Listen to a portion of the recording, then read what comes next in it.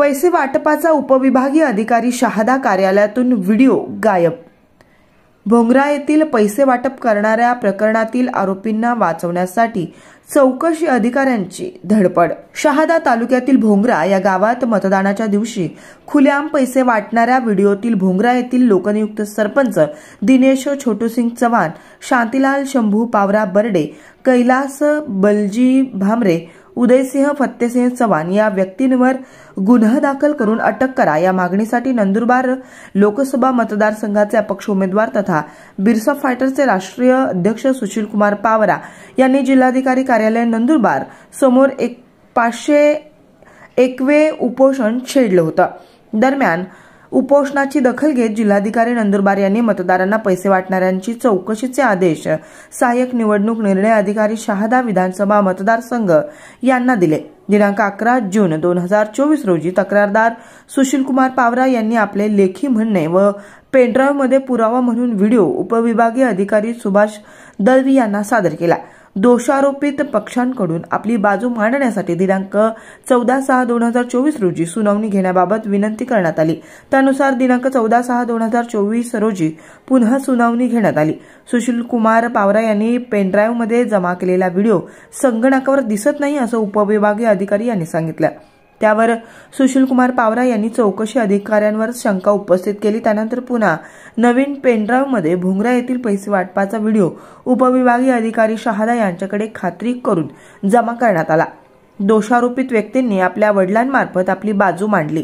नंदुरबार लोकसभा मतदारसंघात निवडणूक मतदान कार्यक्रमाच्या दरम्यान दिनांक 13 मे 2024 रोजी शहादा तालुक्यातील भोंगरा येथील लोकनियुक्त सरपंच व इतर काही व्यक्तींनी मतदारांना खुलेआम पैसे वाटप करत असल्याचा व्हिडिओ व्हॉट्सअप ग्रुपवर व्हायरल होत आहे।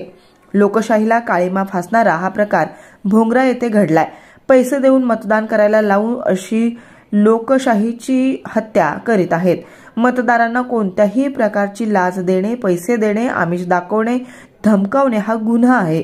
तरी सदर व्हिडिओची सखोल चौकशी करून संबंधित लोकनियुक्त सरपंच व इतर व्यक्तींवर गुन्हा नोंद करून तात्काळ अटक करावी अशी मागणी करण्यात आली। प्रांत कार्यालयातून व्हिडिओ गायब होणं ही एक चिंतेची बाब आहे। यातून चौकशी अधिकाऱ्यांकडून आरोपींना वाचवण्याचा प्रयत्न केला जात आहे असा आरोप केला जात आहे। उपविभागीय अधिकारी यांनी या प्रकरणात योग्य न्याय न दिल्यास त्याविरोधात उपविभागीय अधिकारी कार्यालयासमोरच उपोषण करणार असल्याचा इशारा तक्रारदार सुशीलकुमार पावरा यांनी दिलाय। रोजी माननीय उपविभागीय अधिकारी शहादा यांच्या दालनामध्ये भोंगरा येथे मतदानाच्या दिवशी भोंगरा या गावामध्ये खुलेआम पैसे वाटणाऱ्या लोकनियुक्त दिनेश छोटूसिंग चव्हाण व इतर व्यक्तींवरती कारवाई करावी या मागणीसाठी या विषयावरती दालनामध्ये सुनावणी घेण्यात आली।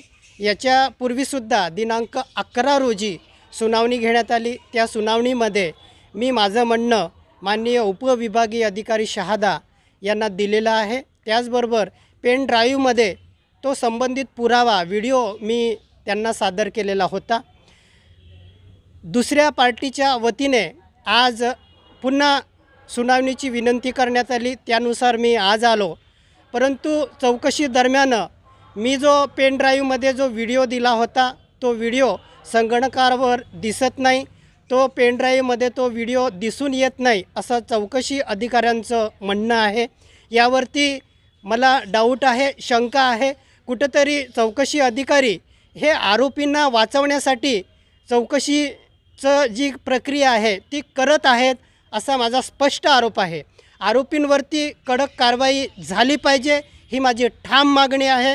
आरोपींवरती जर कारवाई झाली नाही किंवा आरोपीला वाचवण्याचा जर प्रयत्न झाला तर याच्यापुढे मी वरिष्ठांकडे आमरण उपोषणाला बसणार आहे। सुरुवातीला इथंसुद्धा मी उपोषणाला बसेल आणि शेवटपर्यंत जोपर्यंत यावरती न्यायनिवाडा होत नाही तोपर्यंत मी हा लढा सुरूच ठेवणार आहे।